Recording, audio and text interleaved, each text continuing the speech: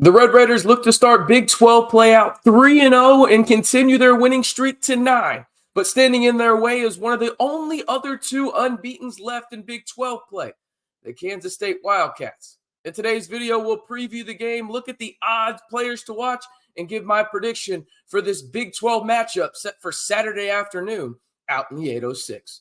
Hey, how's it going, everybody? It's RC Maxwell here for the Back to 12 podcast. If you haven't already, be sure to like the video, hit that subscribe button, and turn on that notification bell to stay in the know on Texas Tech men's basketball all year long. We've got you covered with film breakdowns, game previews, recaps, and everything in between. If you want to join the most engaging Texas Tech community, not to mention the fastest growing Texas Tech community here on YouTube, be sure to hit that subscribe button and turn on the notification bell. All right, before we get into today's preview, y'all know the drill. If y'all have watched any of these preview videos, let me know your score prediction down on the pinned comment below for Kansas State at Texas Tech. As I mentioned, these are two of the only three remaining unbeaten teams in the Big 12 when it comes to Big 12 play. You had Kansas go down. You had Houston go down. I mean, it was just upset after upset. Oh, and not to mention Oklahoma as well. I mean, just plenty of upsets, but that's to be expected in the best conference in America. Let me know your score prediction for Kansas State at Texas Tech on the pinned comment down below. All right, let's set the scene for this one. This game will take place at the USA United Supermarkets Arena out in Lubbock, Texas. Tip-off is scheduled for 3 p.m. Central Time, and the game will be on ESPN2. You can also listen to my main man, Hacks, over on Texas Tech Radio. Now, the history between Texas Tech and Kansas State, it's an interesting one. Let's run through it, though. The K-State Wildcats actually lead the all-time series 25-24 in terms of the 49 games played, dating back to 1956. Now, Texas Tech has won 9 of the last 12 matchups over the last 6 years against the Wildcats. And, oh, by the way, the Red Raiders have won 9 straight, dating back to the 2014-15 season at home against Kansas State. Do with that what you will. Now, other things to know about this one. Remember, in 2023, Texas Tech was 1-10 in the Big 12. They started out 0-8. It was not good for the Red Raiders. But they did beat the number 12 Kansas State Wildcats at home by a score of 71-63. That K-State team would go on to have an Elite Eight run and be a really fun team to watch in March Madness. Now, as I mentioned, Texas Tech and Kansas State are 2 of the 3 remaining unbeaten teams in Big 12 play. The other one is the Baylor Bears. Texas Tech now ranks 25th in the KenPom rankings and 31st in net as well. So they've crept up quite a bit. You think about where they were from the net perspective. They started out Big 12 play at 56. In 2 games, this tells you how good the Big 12 is, they have jumped 25 spots. Crazy how good the Big 12 is. All right, players to watch for Texas Tech. We'll start with the big man in the middle, Warren Washington. He actually led the Red Raiders in assists against Oklahoma State, where the Red Raiders put up 90 points. Yes, 90 points against the Cowboys. He has shown he is an impact player in the middle of that Texas Tech defense, where he's not getting all the blocks in the world, albeit he's top 5 in the Big 12 in blocks with 27 this year. But he's a guy that really impacts things in terms of contesting the shots, making the shots a little bit more difficult, and really starting the fast breaks for the Red Raiders. I expect that to be the same against the Wildcats on Saturday.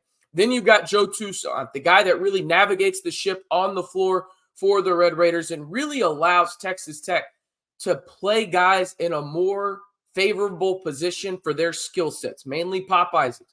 Got Chance McMillan, Kerwin Walton. Having a guy like Joe Toussaint cannot go understated in terms of his impact on others as well as him. I mean, he has done a phenomenal job this year in the pick and roll, averaging 5 more points per game than any point in his collegiate career. He's the second leading scorer on this Texas Tech team behind Pop Isaacs. I'm very interested to see how Jerome Tang tries to take away that pick and roll usage for Joe Toussaint and Warren Washington and really contains the outside shooting aspect of things for the Red Raiders. Speaking of the outside shooting for the Red Raiders, You could go with Pop Isaacs here, but I'm going to go with Chance McMillan because I think Texas Tech is going to need more from their bench against the Kansas State Wildcats. Now, against Oklahoma State, the bench only scored 7 points because you had every starter in double figures. You heard that right. Every starter was in double figures, led by the previously mentioned Pop Isaacs with 24. Chance McMillan, super athletic guard, is a guy that can help on the glass as well, but also help in transition and get things going quickly. I expect him to have a quote unquote bounce back game and get back in the double digit range for the Red Raiders and have a huge impact off the bench for Texas Tech. Now, for Kansas State, there's 3 guys. They have 3 guys averaging double figures, and it is 15.1 points, 15.2 points, and 16 points. These are the 3 guys you have to know for Kansas State. We'll start with Cam Carter. Started his career off at Mississippi State, transferred in last year in year number 1 of Jerome Tang, only averaged about 6 points for the Wildcats last year. Now he's averaging 16.7, a 10-point increase for Cam Carter. He's a guy that's just an absolute bucket. They have 3 guys that are just bucket getters for Jerome Tang, and Cam Carter leads the way. Now, a familiar name to Grant McCasland and his time at UNT, they have Tyler Perry now do the Kansas State Wildcats. He played for Grant McCasland at UNT, and there was a lot of buzz that potentially he would follow Grant McCasland out into the 806. Instead, he went to Manhattan, and the Red Raiders landed Joe Toussaint. I think Kansas State and Texas Tech fans are both happy about which players landed where for their respective teams. Now, he's a smaller guard, but as I mentioned, he is a bucket. He's averaging 15.1 points per game for the Kansas State Wildcats, and a guy that is cerebral in the pick and roll as well, and is a solid guy that, even for his stature, can get to the rim, and he's a pretty solid shooter as well. Another name on the Kansas State Wildcats that maybe Texas Tech fans will know a little bit, Arthur Kaluma. He had Texas Tech in his final 3 before he ended up in Manhattan to play for the Fighting Jerome Tangs. Visited Tech, as I mentioned, when he was in the portal. He left Creighton last year, was really the 3rd option, maybe 4th option, even for the Blue Jays up there in Omaha. But again, a bucket getter. And one of the most interesting matchups in this game is Kaluma and Darion Williams, because it's just one of those things where you got the experience aspect of it for Arthur Kaluma, and then Darion Williams, who is a Mr. do good at everything, but not necessarily great. I mean, you think about it, he had a double-double against Oklahoma State, had 4 assists, had a steal as well. I mean, he has just been phenomenal for the Red Raiders, and that's one of those matchups that I think a lot of people are going to tune into, is Kaluma versus Williams down in the block and also out on the perimeter on Saturday afternoon in the 806. But my must-watch matchup is the guards. I mean, simple and plain, this is a dynamic guard matchup in every sense of the word.